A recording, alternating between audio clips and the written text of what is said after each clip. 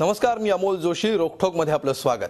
दिवाळी आणि ऊस दराचं आंदोलन हे गेल्या काही वर्षांपासून महाराष्ट्रातलं समीकरण झालंय. दरवर्षी दिवाळीच्या पुढमागं स्वाभिमानी शेतकरी संघटना ऊस दराच्या मागणीसाठी रस्त्यावर उतरते आणि राज्यातलं वातावरण ढवळून निघतं. यंदा मात्र हे आंदोलन वेगळ्याच कारणासाठी चर्चेत आलंय. गेल्या वेळी ऊसाला प्रतिटन 3000 रुपये दर देण्याची मागणी करणाऱ्या स्वाभिमानी शेतकरी संघटनेनं यंदा 2700 रुपये भावाची मागणी केली आहे.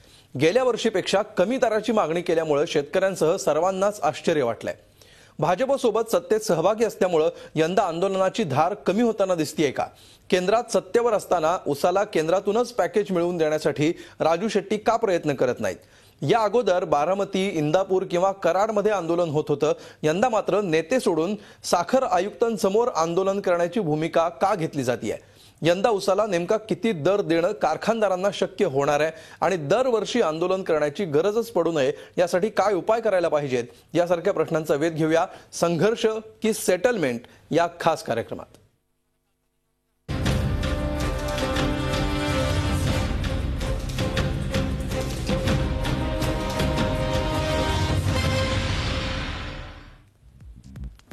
आणि या विषयावर चर्चा करण्यासाठी आपण आज 3 मान्यवरांना आमंत्रित केलेलं आहे. आपल्याबरोबर आहे स्वाभिमानी शेतकरी संघटनेचे नेते सदाभाऊ खोत कोल्हापुरातून, त्याचबरोबर ज्येष्ठ कृषीतज्ञ बुधाजीराव मुळीक पुण्यातून या चर्चेमध्ये सहभागी होत आहेत आणि त्याचबरोबर कृषीतज्ञ विजय जावंधिया सुद्धा वर्ध्यातून या चर्चेमध्ये सहभागी होत आहेत. सगळ्यांचं स्वागत. सुरुवातीला सदाभाऊ खोत यांच्याकडे आपण जाऊया. सदाभाऊ, या वेळच्या तुमच्या आंदोलनाचं नेमकं स्वरूप काय असणार आहे? तुमची नेमकी मागणी काय आहे? गेल्या वर्षी तुम्ही 3000 रुपयांचा भाव मागितलेला होता, यावर्षी 2700चा भाव मागितलाय. यावरून स्वाभिमानी शेतकरी संघटनेवर टीका होतीये. काय तुमची नेमकी भूमिका यंदाच्या वर्षीची आहे? मुळामध्ये यावर्षी साखरेचे बाजारातले भाव, आंतरराष्ट्रीय बाजारातले भाव याचा सगळ्याचा विचार करता आम्ही 2700 रुपये हा पहिला ॲडव्हान्स ऊस उत्पादक शेतकऱ्याला मिळाला पाहिजे, हा अंतिम दर नव्हे. आणि गेल्या वर्षी जी आम्ही 3000 रुपयाची पहिली उचल मागितलेली होती, याच्यामध्ये महाराष्ट्रातले साखर कारखानदार एकदा का पहिला ॲडव्हान्स दिला की नंतर पुढची रक्कम शेतकऱ्याला देत नव्हते. आणि म्हणून पहिला ॲडव्हान्स जास्तीत जास्त शेतकऱ्याच्या पदरामध्ये पडला पाहिजे ही आमची भूमिका असायची. कारण पहिला ॲडव्हान्स दिल्यानंतर जी उर्वरित रक्कम शेतकऱ्याला दुसरा तिसरा हप्ता म्हणून मिळाली पाहिजे, त्याच्या बाबतीमध्ये सरकारही उदासीन असायचं. कारण कारखानदार आणि सरकार हे एकच नाण्याच्या बाजू असल्यामुळं पहिल्यांदा जेवढं त्यांच्या खिशातून काढता येईल तेवढं काढून घ्यायचा हा त्याच्या मागचा उद्देश असायचा. परंतु सद्यस्थितीला सगळा बारकाईनं विचार करून पहिला ॲडव्हान्स हा 2700 रुपये मिळाला पाहिजे. आणि सरकार आमच्या बाजूचं केंद्रात आणि राज्यामध्ये आलेलं आहे आणि ऊस दर नियामक मंडळ याची नेमणूक करून त्याच्यामध्ये तज्ज्ञ माणसांना घेऊन फायनल ऊस उत्पादक शेतकऱ्याला काय रक्कम मिळेल याचं त्या ऊस दर नियामक मंडळानं ठरवावं आणि शेतकऱ्याला फायनल रक्कम त्याच्या पदरात द्यावी. आणि सरकार आमच्या बाजूचं असल्यामुळं जे कारखानदार दुसरा तिसरा हप्ता देणार नाही त्याच्यावरती कारवाई करेल. आणि म्हणून आम्ही यावर्षी बँकेची उचल किती मिळेल हे सर्व ग्राह्य धरून आम्ही 2700 रुपयाची मागणी केलेली आहे. ठीक आहे. याच्यावर अनेक वादविवाद होऊ शकतात. हा विषय आपण पुढे नेऊया. डॉक्टर बुधाजीराव मुळीक, ज्या प्रकारे आता स्वाभिमानी शेतकरी संघटनेनं ही भूमिका घेतलेली आहे, साखरेचे भाव, आंतरराष्ट्रीय बाजारातली परिस्थिती आणि सध्याच्या कारखानदारांची परिस्थिती आणि त्याचबरोबर केंद्रात आणि राज्यात सुद्धा मित्रपक्ष सरकार असल्याचे ते मित्रपक्ष आहेत. यावेळी शेतकरी संघटनेने घेतलेली भूमिका ही अधिक व्यवहार्य आहे असं तुम्हाला वाटतंय का?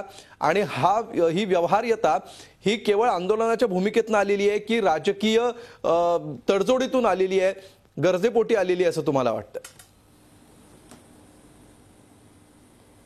नाही, एक पहिला आपण बघू की किंमत जे काही त्यांना मागायची संघटनेने मागितली, पण एक त्याला पाया काय तर एक असं आहे की जे आता FRP म्हणतात, म्हणजे फेअर अँड रेम्युनेटिव्ह प्राईस, ते जर आपण ऑक्टोबर 2012चा कायदा बघितला, काय 10चा काहीतरी कायदा बघितला आपण, तर त्यात तो 9चा ॲक्च्युली, तर त्यात तुम्हाला असं दिसेल की कुठेही संबंध याच्याशी नाही आहे, तर फक्त ग्राहकाला किफायतशीर मिळावं हे एक वाक्य आहे फक्त.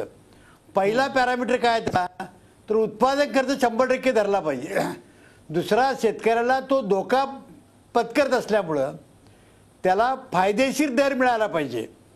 तिसरा असं आहे की जर शेतकऱ्याने ऊस सोडून दुसरं पीक घेतलं, ज्याला अल्टरनेटिव्ह क्रॉप्स म्हणतात, ऑप्शनल, तर त्याला किती येईल.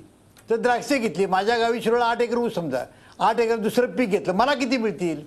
हे पॅरामीटर्स आहेत त्यात. आणि यात कुठेही संबंध ठेवलेला नाही त्यांनी की ज्यांनी FRP वाचलेला आहे, एकही संबंध ठेवलेला नाही की एखादा कारखाना फायद्यात आहे किंवा तोट्यात आहे, याचे संबंध नाही आहे. हा जनरलिटीचा संबंध आहे.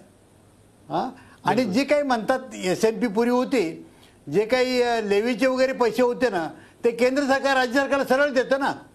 मग माझं एक काय म्हणणं माहिती आहे का, जर उत्पादन खर्च हा जर पाया धरला आपण, उत्पादन खर्च हे देशाचा एकत्र काढतात. म्हणजे CACP जे आहे, commission cost in agriculture prices, अहो हे सगळ्या भारताचं करतात, त्याला राज्य सरकार सल्ला देत असतं, म्हणजे काही घेतात. मी त्याचा एकेकाळी होतो 5 वर्ष. ND पाटील होते आमचे, गणपतराव देशमुख होते, बरेच लोक होते. तर मी दिल्लीला त्यावेळी मांडलं होतं, जर तुम्ही मंडल लेवलला तालुक्याच्या उत्पादन खर्च काढा, ऊस कशावर आहे, लिफ्टवर आहे, लिफ्ट विहिरीत आहे का, आमच्या गावी आमची 6 किलोमीटर तशी लिफ्ट आहे तुमची.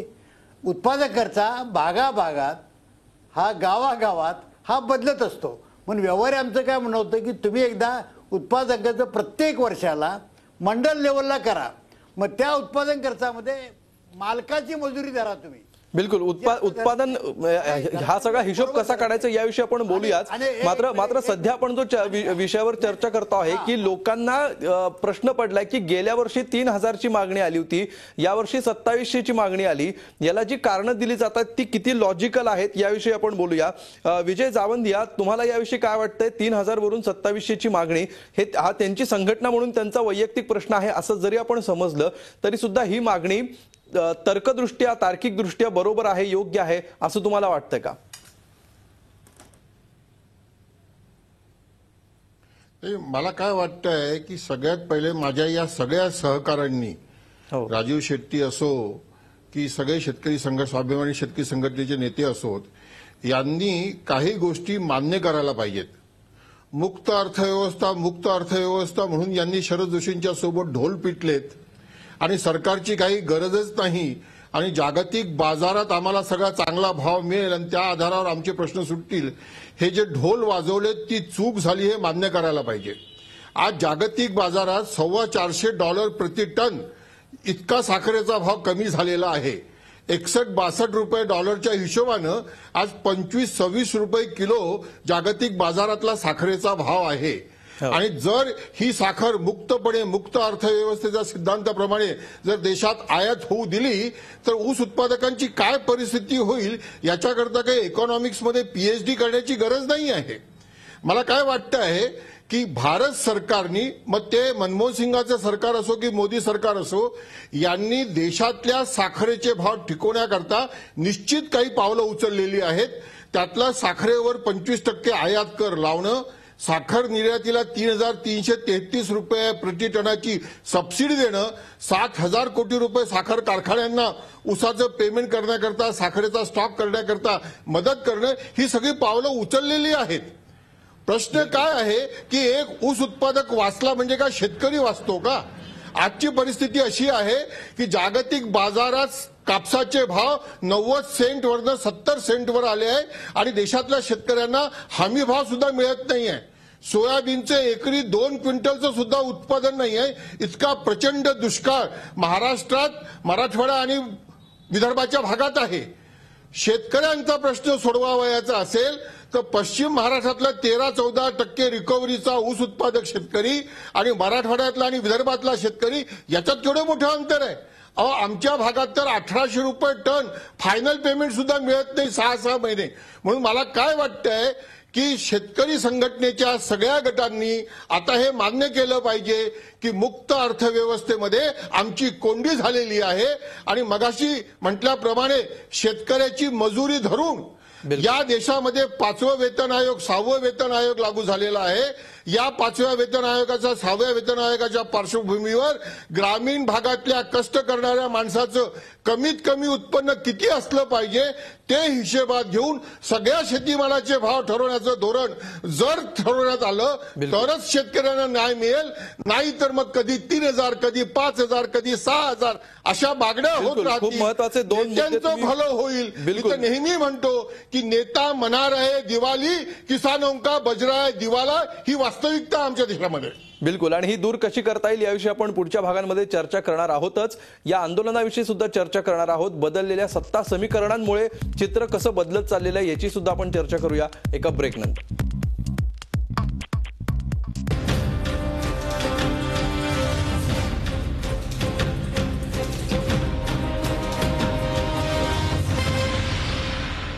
संघर्ष की सेटलमेंट या विषयावर आपण चर्चा करतो आहोत.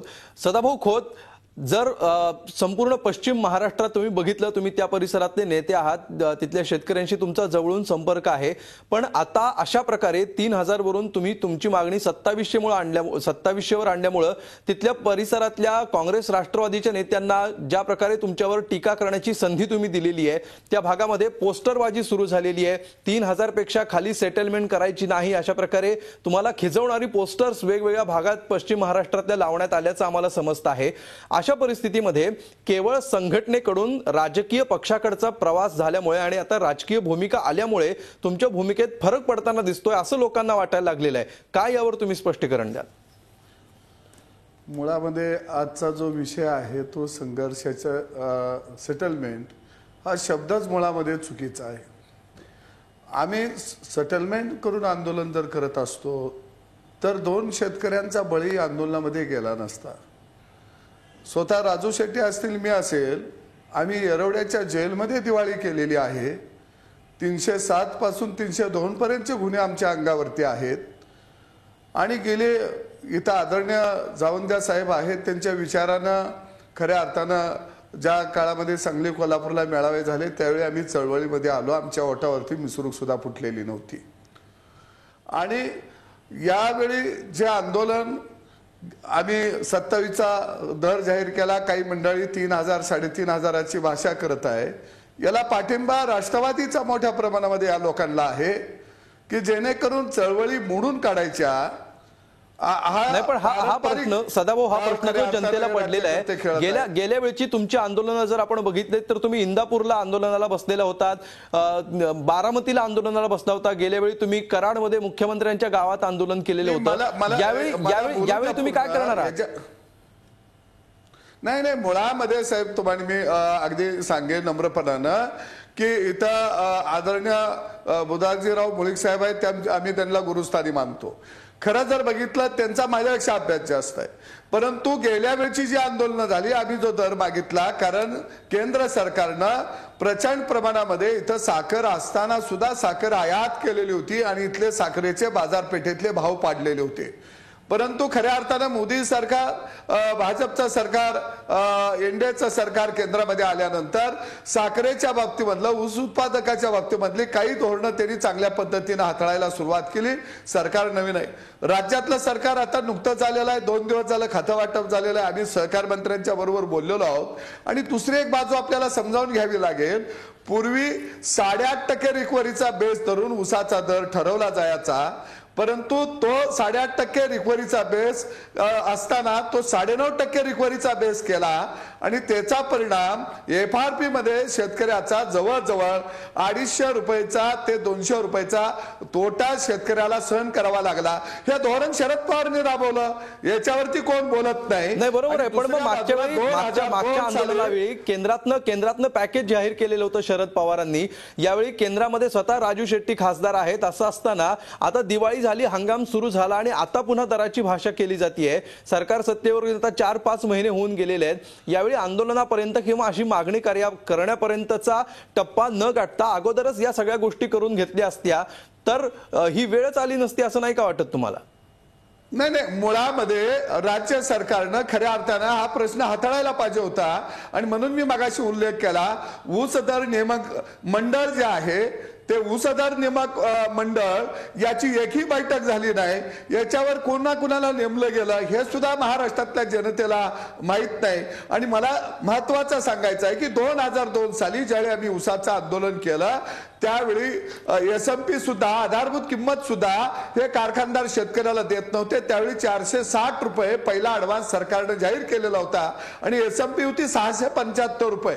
आणि हे आंदोलन जसं जसं वाढत गेलं तसं शेतकऱ्याच्या पदरामध्ये आम्ही 560 रुपयेवरून 2200-2300 रुपयेपर्यंत बरोबर आहे. हे हा सगळा इतिहास महाराष्ट्राला माहिती आहे. या सगळ्याविषयी कुणाच्या मनात संशय सुद्धा असणार नाही शेतकऱ्यांच्या. मुद्दा फक्त यावेळी काय होणार याविषयी लोकांना प्रश्न पडलेला आहे. यावेळी जर तुमची 2700ची मागणी मान्य झाली नाही तर तुम्ही यावेळी नेमकं कुठं आंदोलन करायचं ठरवलंय याविषयी सांगा.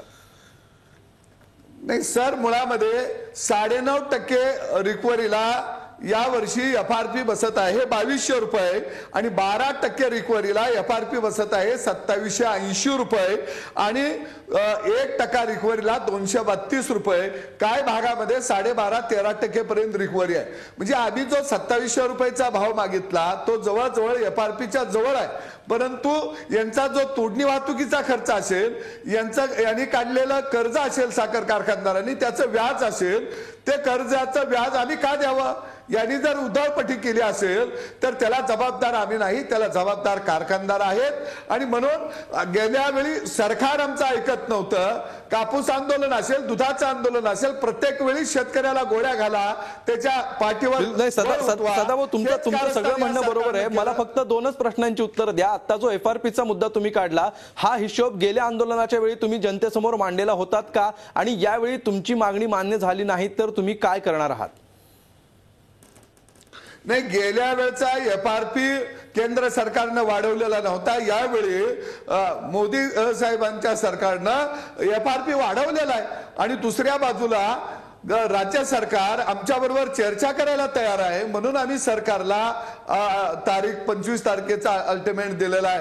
आणि 25 तारखेपर्यंत जर या आमच्या सरकारनं जर योग्य भूमिका शेतकऱ्याच्या बाजूची घेतली नाही तर आम्ही आमची हत्यारं आड्याला टांगलेली नाहीत. आम्ही आमची हत्यारं हातात घेऊन परत आम्ही मैदानामध्ये आमच्याही सरकारच्या विरोधामध्ये उतरू, कारण आम्ही शेतकऱ्याची बाजू सोडणार नाही. यावेळी सदाभाऊ तुम्ही यावेळी साखर आयुक्तांच्या कार्यालयासमोर बसणार आहात, हे खरं आहे का? मुळामध्ये मागे ज्यावेळी आम्ही बारामतीला बसलो त्याच्या अगोदर आम्ही साखर आयुक्त कार्यालयावरती आसूड मोर्चा घेऊन गेलेलो होतो. सरकारला आम्ही जागा केलेलं होतं. यावेळी सुद्धा या नवीन सरकारला आम्ही आसूड मोर्चाच्या माध्यमातून पहिल्यांदा जागा करण्याचं काम करत आहे. आणि जर सरकारनं सरकार नाही झालं तर आम्ही पुढचा आंदोलनाचा टप्पा हातामध्ये घेऊ. परंतु बऱ्याच वेळा असं घडतं की शेतकरी चळवळीतले लोक हे लोकप्रियतेसाठी आंदोलन करत असतात, सरकारी मालमत्तेचं, सार्वजनिक मालमत्तेचं नुकसान करतात असंही आमच्यावर आरोप केले जातात. यावेळी सरकारला जागा करण्याचा आम्ही प्रयत्न करणार आहोत असं तुम्ही म्हणता आहात. बुधाजीराव, FRPचा जो विषय होता जो मगाशी तुम्ही मांडत होतात, या सगळ्या गोष्टीचा इतक्या लॉजिकली जर विचार केला असता आतापर्यंत सगळ्या संघटनांनी आणि त्याचबरोबर सरकारमध्ये बसलेल्या नेत्यांनी आणि त्या संबंधित सगळ्या यंत्रणेनी, तर आज चित्र वेगळं दिसलं असतं असं तुम्हाला वाटतंय का? आणि दरवर्षी आंदोलन करण्याची ही गरज का निर्माण होते? या आंदोलनातून खरोखरच शेतकऱ्यांच्या पदरी नेमका किती फायदा पडतोय गेल्या काही वर्षात, काय वाटतं तुम्हाला? नाही, एक पहिलं लक्षात ठेवा की FRP ही काढली तर 4000 रुपयाला जाईल तुमच्या माहिती करता, कारण जर त्याचे तुम्ही पॅरामीटर सगळे बघितले तर. दुसरा भाग असा आहे की आंदोलनाच्या धक्क्यामुळं पहिल्या काळामध्ये ह्या लोकांना दर द्यायला लागला, शंकाच नाही, कारण हे कारखानदाराची काही चूक होती त्यामुळे तो म्हणाल ना. तिसरा भाग असं मी नेहमी म्हणत असतो की शरद जोशींनी लोकांना दर मागायला शिकवले. आपण वाद काही असो पण दर मागायला त्यांनी शिकवले तसं, आणि नागनाथ नायकोटीने दर द्यायला कारखान्यात शिकवले असं म्हणतो आम्ही. तसं काय माहितीये का, हा आंदोलनाकरता शेतकऱ्यांच्या प्रतिनिधींनी आंदोलन करणं आणि शेतकऱ्यांनी 20-25,000 30,000 जे रस्त्यावर गेल्याची बघितले मी, 2 आंदोलनात त्याच्यात गेलो होतो मी, तो शासकीय व्यवस्थेचा पराभव आहे पूर्णपणे. अरे शासन कुणाचं येऊ, तुम्हाला FRP तुम्ही जाहीर केली ना, 2009 तुम्ही कायदा केला, तुम्ही वाचा त्याप्रमाणे द्या. हा एक. आणि मी यांना स्पष्टपणे सरकारला सांगितलं होतं की बाजारपेठेच्या दराशी काही संबंध नसतो. मग भारत सरकारला 40 लाख कोटी कर्ज असेल, महाराष्ट्र सरकारला 3.5 लाख कोटी आहे, मग 7वा काय तुम्ही थांबलेला थोडंच?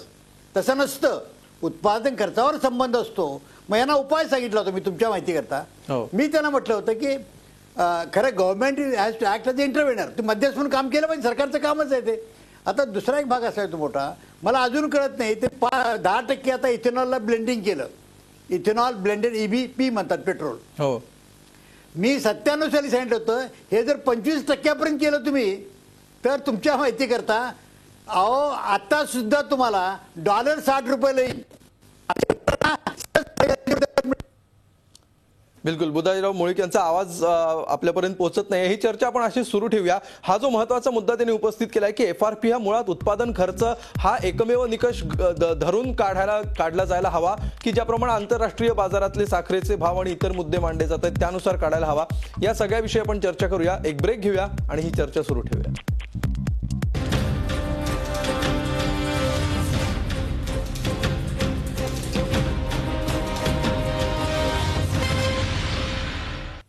ऊस दर, त्यासाठी होणारं आंदोलन आणि सरकारची भूमिका याविषयी आपण चर्चा करत आहोत. विजय जावंद, या ब्रेकवर जाण्यापूर्वी ज्या विषयाची चर्चा सुरू होती, आम्हाला तुमच्याकडून हे जाणून घ्यायचं आहे की आता जर शेतकरी संघटनेचे नेते, विशेषतः राजू शेट्टी असतील जे स्वतः केंद्र सरकारमध्ये आहेत, त्यांचा पक्ष जवळचा आहे, ते दिल्लीमध्ये असतात, महाराष्ट्रात सुद्धा आता त्यांच्या पक्षाचं सरकार आलेलं आहे मित्र पक्षांचं, अशा परिस्थितीमध्ये दरवर्षी आंदोलन करण्यापेक्षा बुधाजीराव जे म्हणत होते की जर FRP शास्त्रीय पद्धतीने काढायचं म्हटलं तर 4,000 पर्यंत त्याचा दर जाऊ शकेल, तर FRP अतिशास्त्रीय शास्त्रशुद्ध पद्धतीनं काढता यावी आणि तशी ती दरवर्षी केंद्र सरकारने काढावी, यासाठी प्रयत्न करणं अधिक गरजेचं असं तुम्हाला वाटतं का? बघा, कृषी मूल्य आयोग CACP, commission for agriculture price and cost, याची निर्मितीच याच्याकरता करण्यात आलेली आहे. आता त्या सगळ्या बदमाशा करतात आणि ते कमीत कमी भाव ठेवतात कारण उपभोक्त्यांचा आणि उद्योगांचा दबाव असतो. या देशातल्या गरीब माणसाला स्वस्त मिळालं पाहिजे खाण्यापिण्याच्या वस्तू, म्हणून खाण्यापिण्याच्या वस्तू पिकवणाऱ्याला गरीब ठेवल्या जातं.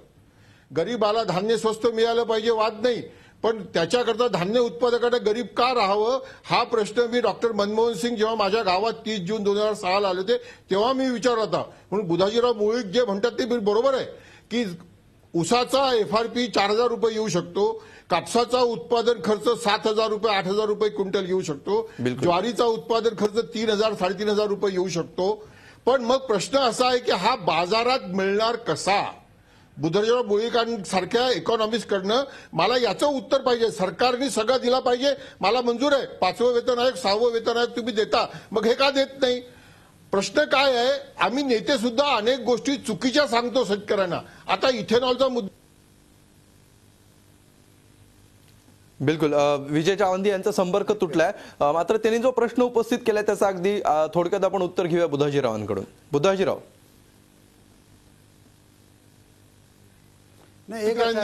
रमण सिंगांनी कामच बिलकुल बिलकुल. बुधाजीराव, आपण त्यांचं एकत्रित उत्तर ऐकून घेऊया, पुन्हा त्यांच्याशी संपर्क झालाय.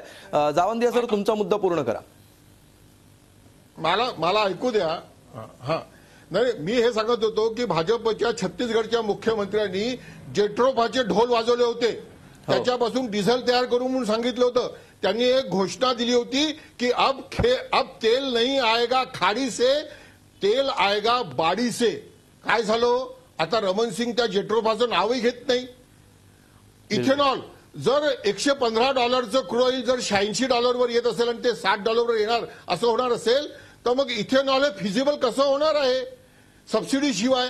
मला काय वाटतंय की शेतकऱ्यांना सबसिडी दिलीच पाहिजे. जगात कुठल्याही श्रीमंत देशामध्ये शेतकरी हा सबसिडी शिवाय जगत नाही, हे आपण आज नाही उद्या मान्य करावंच लागेल. प्रश्न काय आहे की फक्त ऊस प्रश्न घेऊन नाही, तुम्हाला या देशातले 10 प्रमुख उत्पादनं त्या शेतकऱ्यांना न्याय देणारं धोरण ठरवावं लागेल. म्हणजे मग वेगवेगळी पिकांचं उत्पादन बरोबर होईल आणि एका पिकाचं उत्पादन जास्त होणार नाही आणि मग हा तिढा सुटेल. नाही तर मग आमच्या भागातल्या ताकदीच्या भरोशावर आम्ही आमचा प्रश्न मांडत राहू. जसं उत्तर प्रदेशच्या भरोशावर उसाला या देशात नेहमीच एक वेगळी वागणूक मिळालेली आहे हे बुधाजीराव मुळीकांना सुद्धा माहिती आहे. स्टेट ॲडमिनिस्ट्रेटेड प्राइस जाहीर करण्याचा अधिकार फक्त उत्तर भारताला होता आणि आज त्याच्याच भरोशावर आज आम्ही सगळं करतोय. मला असं वाटतंय की माझ्या सगळ्या या शेतकरी संघटनेच्या सहकाऱ्यांनी याचा आता व्यापक विचार करावा आणि नरेंद्र मोदी हे शेतकऱ्यांचे हितचिंतक नाही हे अधोरेखित माझं वाक्य त्यांनी आपल्या मनात ठेवावं. अरे 12 वर्ष मुख्यमंत्री राहिलेला हा माणूस कधी दिल्ली सरकारच्या धोरणाच्या विरुद्ध भांडला नाही, त्यांनी शेतमजुरांची मजुरी वाढवली नाही, तो शेतकऱ्यांच्या हिताचा काय गप्पा करणार आहे? हा अंबानी आणि अडाणीचाच कार्यक्रम चालवणार आहे आणि आज तेच आम्हाला दिसत आहे. ही शोकांतिका आहे. बिलकुल, ही चर्चा आपण सुरूच ठेवूया. या दोन्ही मुद्द्यांवर आपण इतर दोन्ही तज्ज्ञांची मतं घेणार आहोत. एक ब्रेक घेऊया आणि ब्रेक नंतर ही चर्चा आपण सुरू ठेवूया.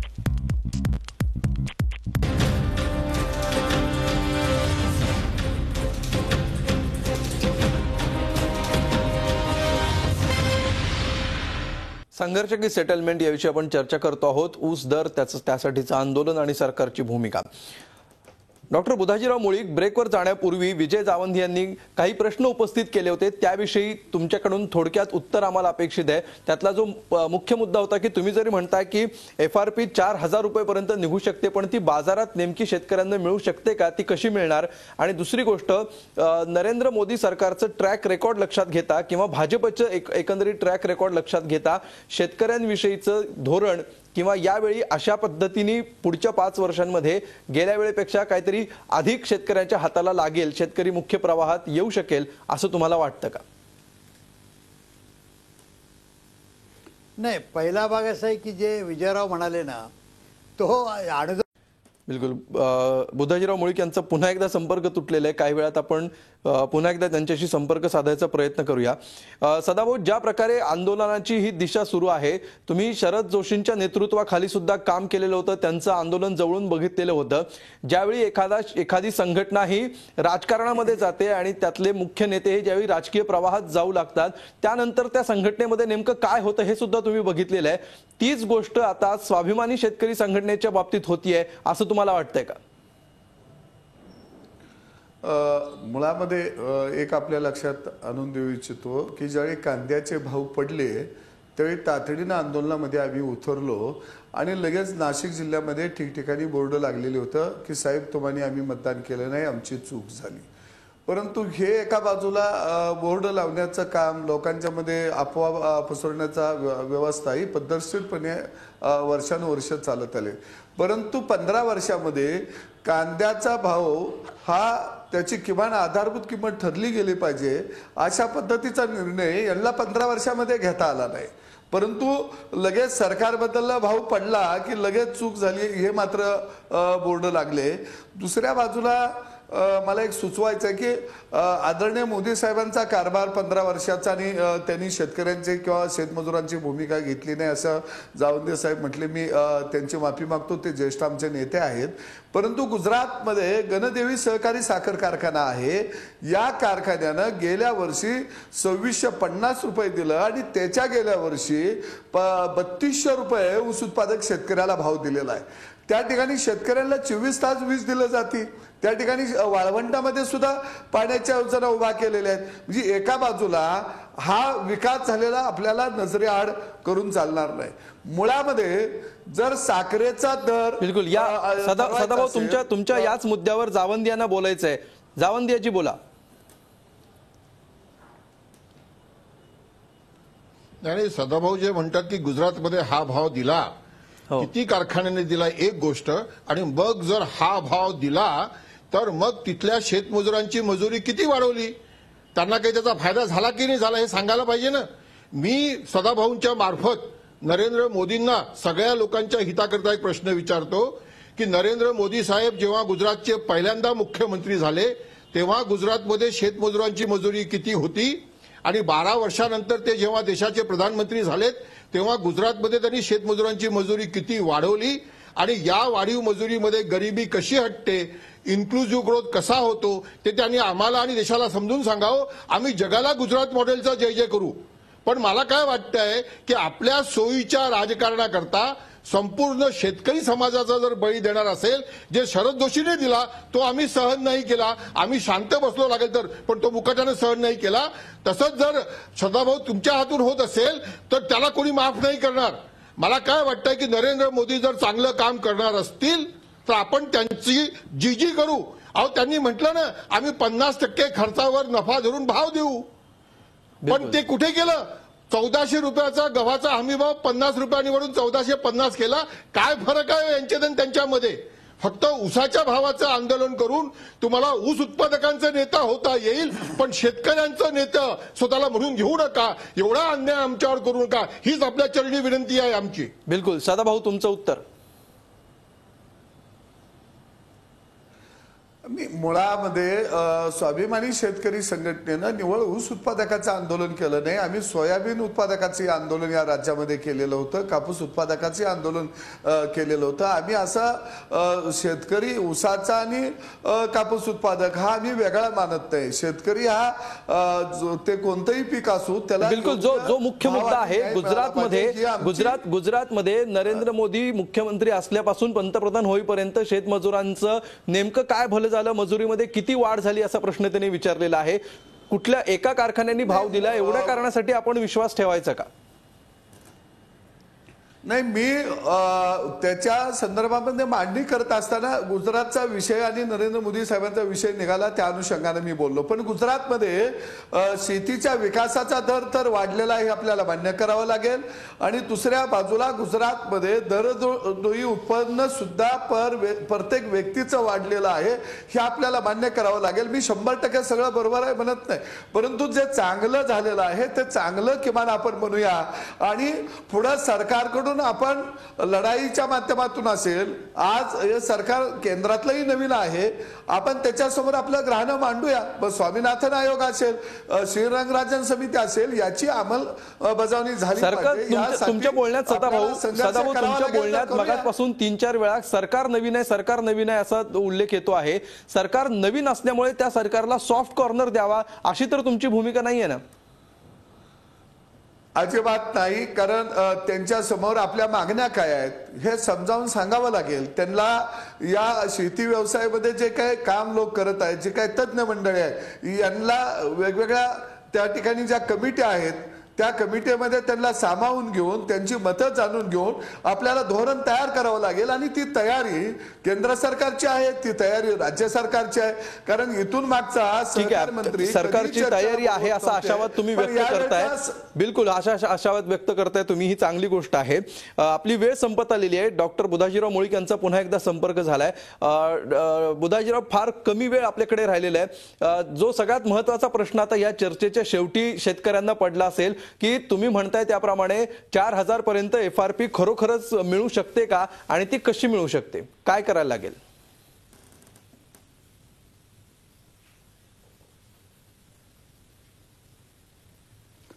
एक पहिला भाग आहे की मला माफ करा की चर्चा ही राजकारणावर गेली, ती खरं ऊस दरावर जायला पाहिजे.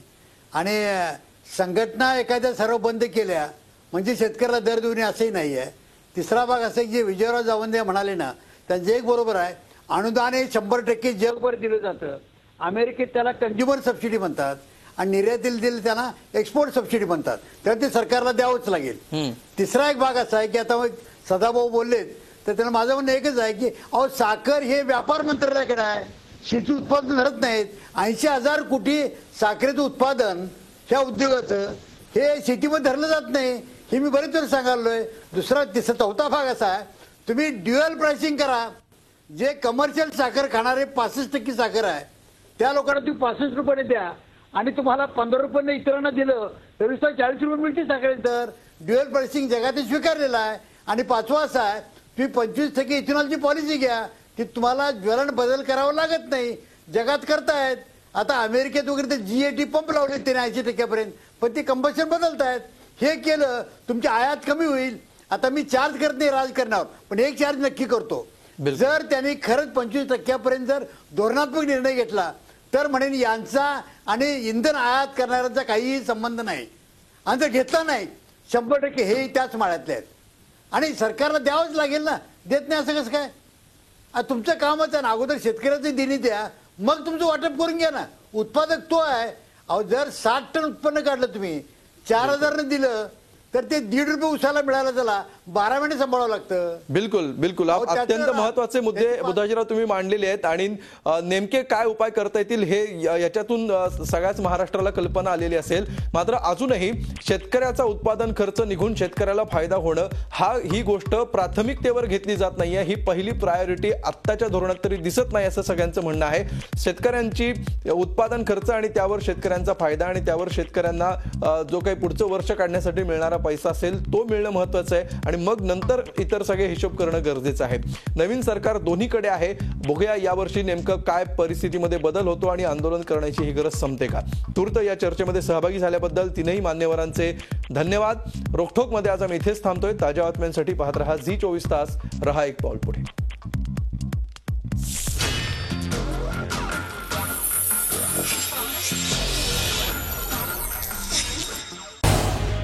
झी 24 तास रहा एक पाऊल पुढे.